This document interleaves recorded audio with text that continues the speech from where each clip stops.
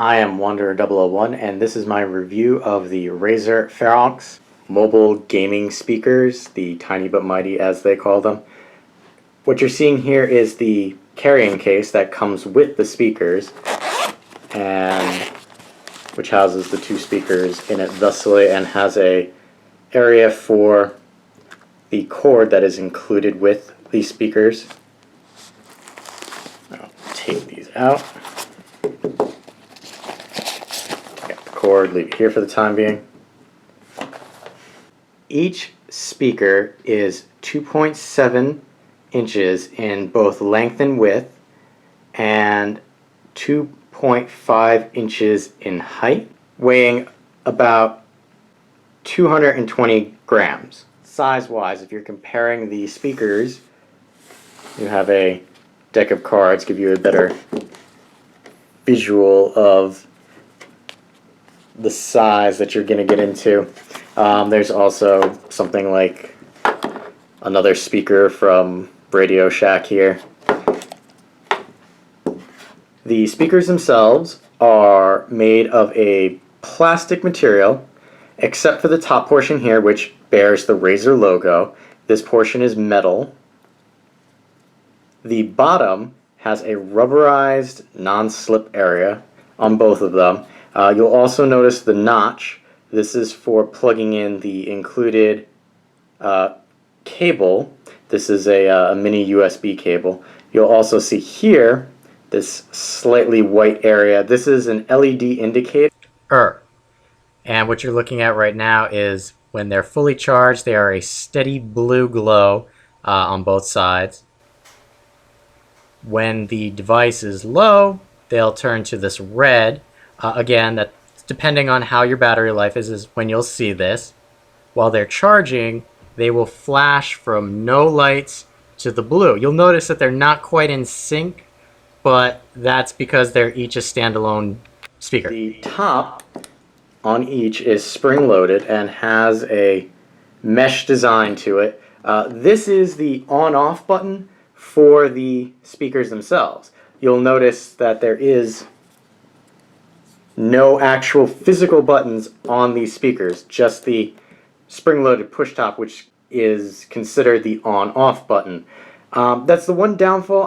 I didn't necessarily want a dedicated on-off button. However, a dedicated volume button on the speaker system would have been a little better in my opinion, only because you can only turn up the speakers on your device so far, and if you wanted that little extra bit, you couldn't quite do it with these.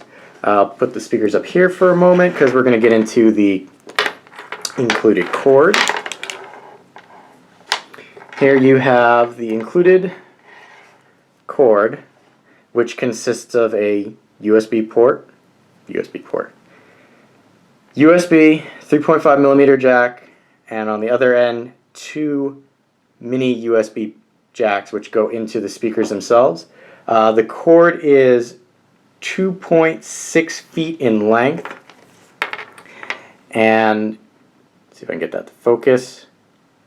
Has their braided wrap over the cord itself.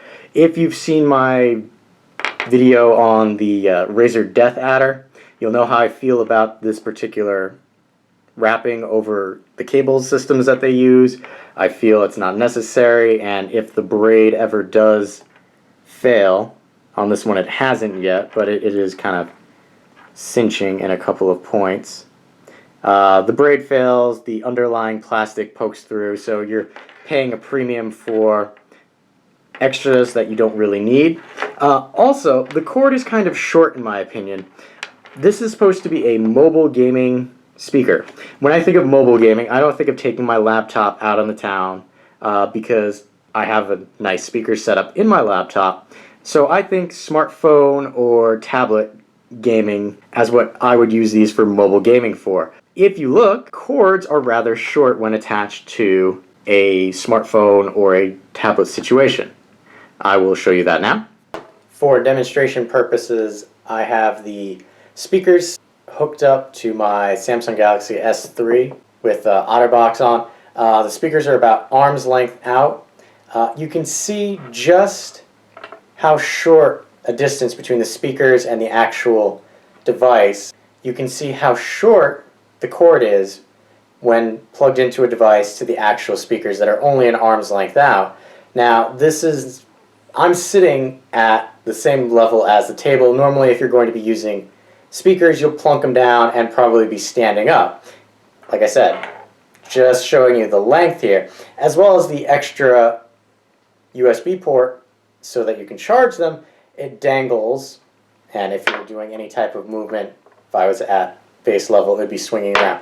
They do have a little plastic slide so that you can shorten the USB so it's closer to the 3.5 millimeter jack, but on my GS3 here, it gets a little crowded, so I'm not entirely sure how well I like that. But just like I said, so you get an idea of lengthwise, arms like that for the speakers connected to what I would consider portable gaming device. When not plugged into the speakers, you'll notice that the lights do not come on. That is almost like a power saving feature.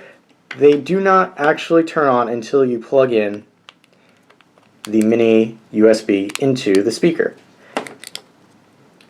There you can see it's kind of glowing blue, a little hard to see right now. You can also have one speaker on at a time. Now, some of the features that Razer touts with this particular speaker system is the 360-degree sound that you can get with these, as opposed to something like you would get out of a Best Buy where you have the spring-loaded speaker. It will give you 360-degree sound. However, the sound quality is it leaves something to be desired. When I was testing out these speakers, I was mainly listening to audio podcasts, so not really heavy into music or games. The sound quality there was acceptable because it's just people talking. When I did test it out listening to some music, there was a distinct difference between my onboard computer speakers versus these guys here.